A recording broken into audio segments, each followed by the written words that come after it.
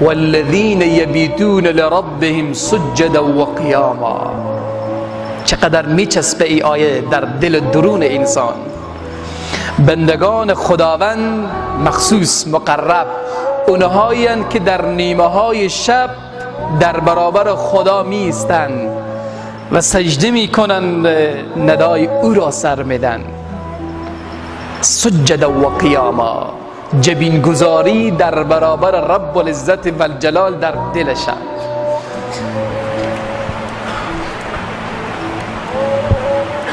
در دل شب درد دل خود را با رب العزت و الجلال بیان می کنند.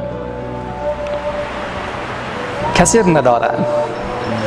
اون کسی که مرهم بر دلشان میگذارد رب و مولاست.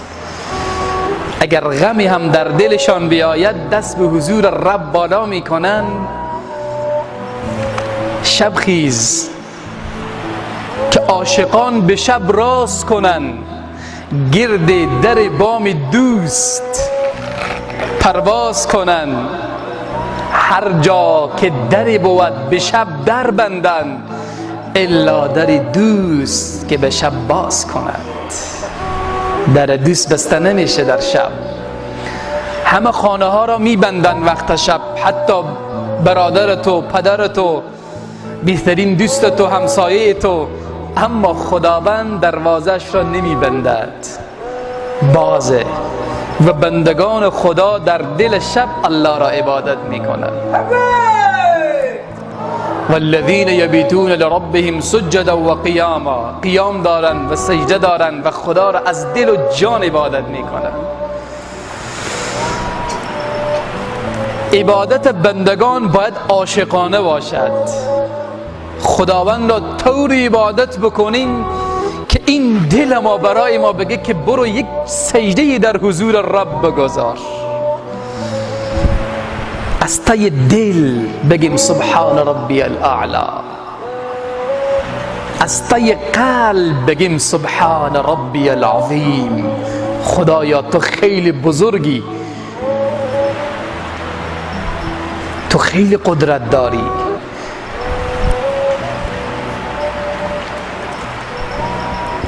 وقتی جبین را میگذاری به حضور رب العزت و الجلال، فوق خود را بالا میکنی که خداوند چقدر مخلوقات بزرگ دارد. تو خودت در برابر آسمان به این همه پهناوری و بزرگی چقدر کوچکی، اما این صدای تو چقدر دوست داشتنی است به درگاه رب العزت و الجلال.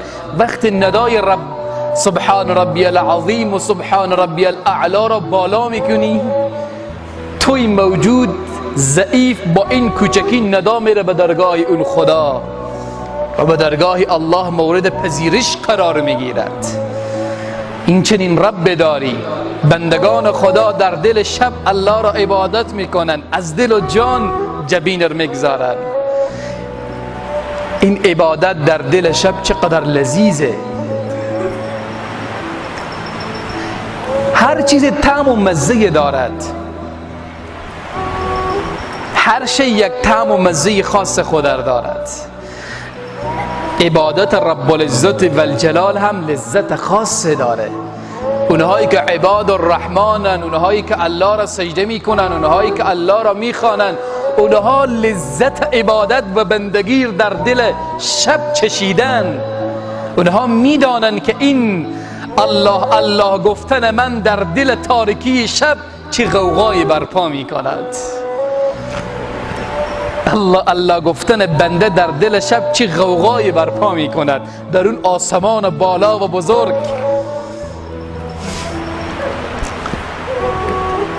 رسول نازنین علیه السلام می فرمایند وقت خداوند یک بنده را دوست خود انتخاب کرد، همیش سجده می کند و رکوع می کند و الله را پرستش می کند، خداوند او را دوست می گیرد. اون پادشاه بزرگ و واقعی، اون خدا و اون مالک آسمان ها و زمین و بهشت و جهنم، جبرئیل امین را صدا می کند. وقتی تو اعلام دوستی با رب خود می کنی، خدایا من تو را دوست دارم از دل و جان، قلب من تو را دوست دارد، روح و روانم تو را دوست دارد.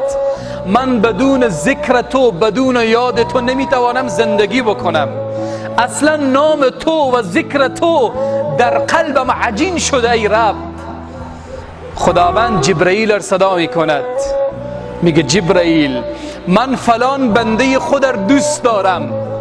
فلانی اسمش را میگیرد، سبحان الله، من فلان بنده خود را دوست دارم. تو همه جبرائیل را دوست داشته باش. تو وقت اعلام دوستی با رب خود میکنی، ببین که خدا در آسمان چگونه دوستی تو را اعلام میکند به کل ملائکه. ای جبرائیل فلانی را دوست دارم، تو هم دوست خود بگیر. جبرائیل میگه فلانی را دوست میدارم خدایا و محبوب دل من میشود. بعد جبرائیل میاد در میان کل ملائکه و فریاد میزند که رب و مولا فلانی فلان انسان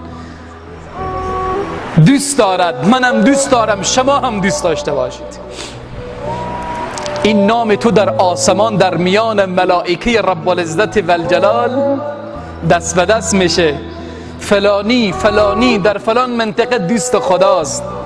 ملائکه تو را دوست میگیرن، رب العزت و الجلال تو را دوست میگیرد.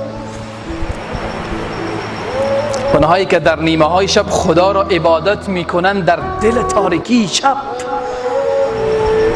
و جبین را میگذارن، لذت عبادت، لذت بندگی و طعم عبادت را چشیدن. این نماز خواندن چه لذت داره. ارتباط مستقیم تو با رب و مولاست. مستقیم تو با رب و مولا اتصال برقرار میکنی.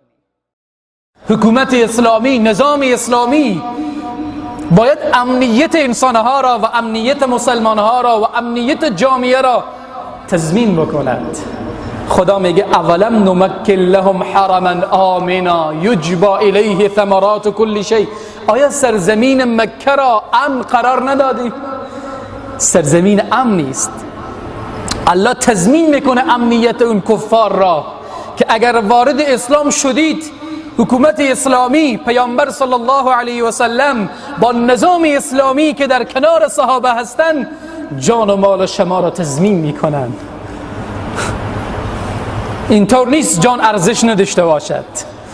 فقط عبادت خدا را بکن، بمیری جان تو تهدید میشه، مهم نیست برو نماز بخوان، مهم نیست. خیلی جان ارزش داره.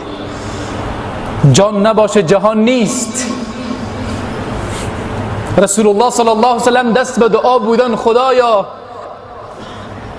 تو رب منی، برای ما امنیت بده. من پیامبرم، با وحی ارتباط دارم، بدون امنیت نمیتونم تو را سجده بکنم. سبحان الله. بدون امنیت نمیتوانم تو را عبادت بکنم. تو امنیت بدی که جبین رو بگذاریم به پیشگاه تو و تو را با خاطر جمع، با اطمینان دل پرستش بکنیم.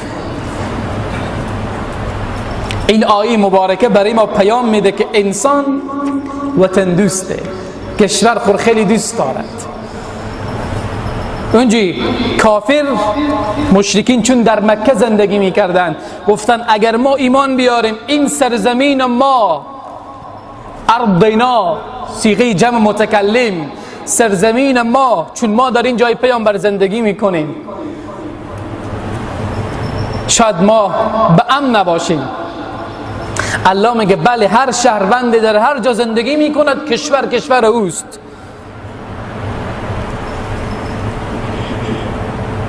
هر کس در جامعه زندگی بکند،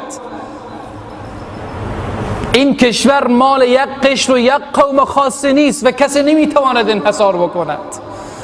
کشور مال همه اونهایی است که در اینجا زندگی میکنند، اقوام مختلفی که زندگی میکنند. کشور مال همه هست و همه حق دارند با اطمینان دل زندگی بکنن. همه حق دارند جانشان، مالشان محفوظ باشد، بدون استثناء قومی و گروهی و حزبی و نژادی و زبانی.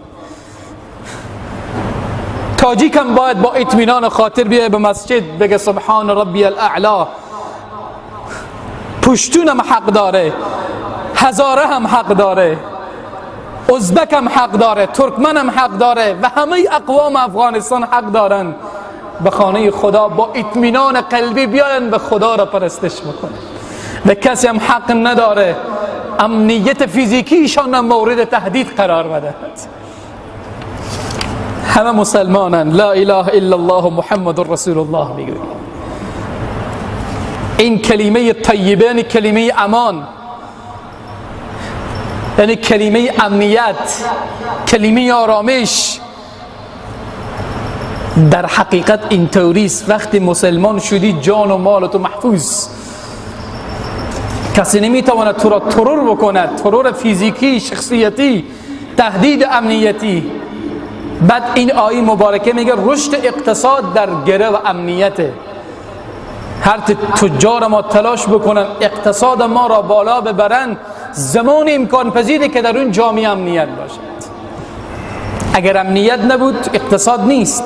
به این خاطر رب العزت و الجلال بعد از اینکه نعمت امنیت را ذکر میکند بعد میفرماید یجبا الیه ثمرات کل شیء رزقا من لدنا. امنیت را دادیم، بعد از امنیت همه نعمت ها فراوان فراوان در مکه مکرمه هست. خیلی از تجار ما به خاطر ناامنی رفتن به کشورهای دیگر، تجارت خود در افغانستان لغو کردن. خیلی کارخانه ها را من و شما معطل قرار دادیم.